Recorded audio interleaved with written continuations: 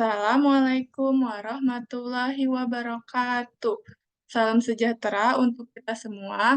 Di sini aku Saupuasa Gita dari kelas AK301, Prodi Akuntansi, bermaksud ingin mempresentasikan PowerPoint tentang pengadilan pajak guna memenuhi UAS perpajakan.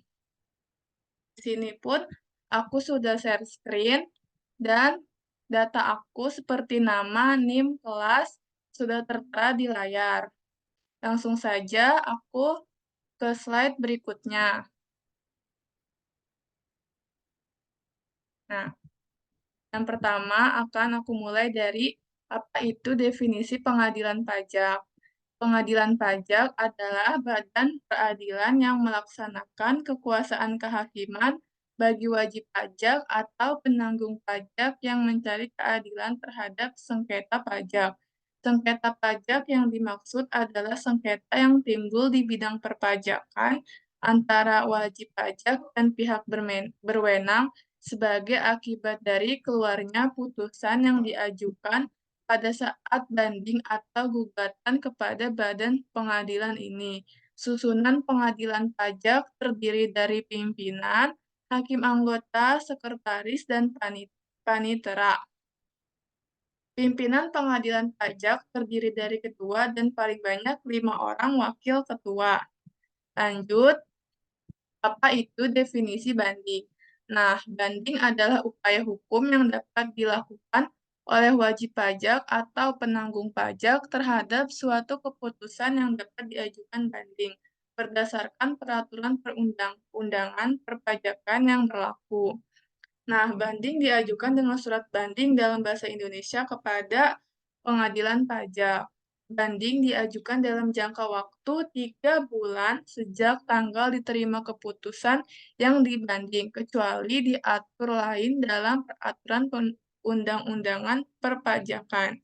Jangka waktu sebagaimana dimaksud tidak mengikat apabila jangka waktu dimaksud tidak dapat dipenuhi karena keadaan di luar kekuasaan pemohon banding.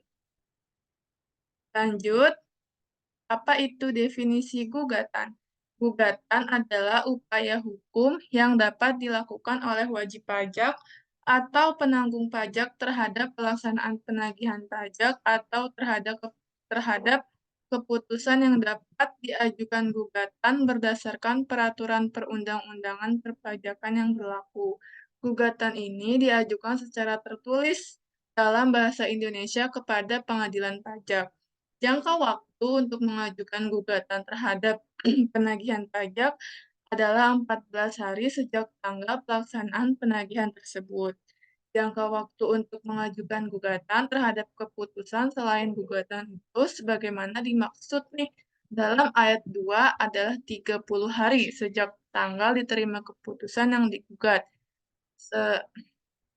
Jangka waktu sebagaimana dimaksud dalam ayat 2 dan ayat 3 itu tidak mengikat apabila jangka waktu dimaksud tidak dapat dipenuhi karena keadaan di luar kekuasaan penggugat.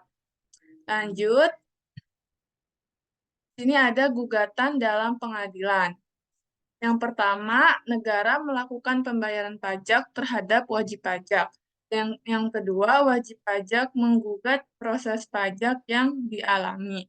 Kita dimulai dari yang pertama dulu ya. Nah, maksudnya gugatan pertama ini dimaksudkan kepada wajib pajak yang tidak memenuhi kewajibannya. Proses persidangan dalam gugatan ini adalah untuk menagih pajak yang hanya bisa dilakukan setelah adanya bantuan peneguran dan pembicaraan. Setelah mengikuti peradilan, maka pengadilan akan memutuskan untuk menyita dan melelang semua aset yang dimiliki wajib pajak yang sudah terbukti lalai dalam melakukan kewajiban sebagai wajib pajak. Lanjut, akan saya bahas yang kedua, yaitu wajib pajak menggugat proses pajak yang dialami. Maksud dari gugatan jenis kedua ini adalah apabila penagihan pajak oleh pihak penagih tidak sesuai nih dengan prosedur atau adanya penyitaan aset tanpa didampingi dengan surat penyitaan secara resmi, maka dalam hal ini wajib pajak berhak mengajukan gugatan ke pengadilan. Lanjut, cara mengajukan gugatan sengketa pajak.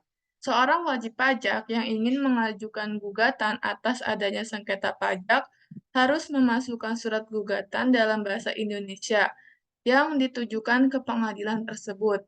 Maaf, surat gugatan disertai dengan salinan keputusan yang dikeluarkan oleh pihak tergugat, bukti pendukung, dan surat kuasa bermaterai. Nah, tahapannya itu ada dua. Yang pertama, penyampaian surat ada ada dua jenis. Yang pertama, penyampaian surat gugatan, surat iuran gugatan, serta surat bantahan antara wajib pajak dan pihak yang digugat. Kedua, persidangan dan penggugat bisa menjelaskan dan memaparkan secara lisan bukti terkait mengenai sengketa pajak yang menjadi masalah. Lanjut, Sekretariat Pengadilan Pajak. Nah, dalam menjalankan tugasnya, sekretariat itu mempunyai fungsi antara lain yang pertama, melayani administrasi persiapan berkas banding dan atau gugatan. Yang kedua, menyiapkan program kerja dan melaporkan serta pelaksanaan administrasi di bidang tata usaha, kepegawaian, keuangan, dan rumah tangga. Yang ketiga, menghimpun dan mengklasifikasikan putusan pengadilan pajak dan menyelenggarakan perpustakaannya. Yang keempat, ada melayani administrasi peninjauan kembali putusan pengadilan.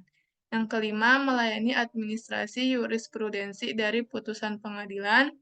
Yang keenam, mengolah data dan informasi terkait pengadilan. Lanjut, kesimpulan. Nah, dari pembahasan tadi, kesimpulan yang dapat saya ambil adalah, yaitu pengadilan pajak adalah badan peradilan yang tugasnya menjalankan kekuasaan kehakiman di Indonesia bagi masyarakat yang ingin menyelesaikan sengketa perpajakan.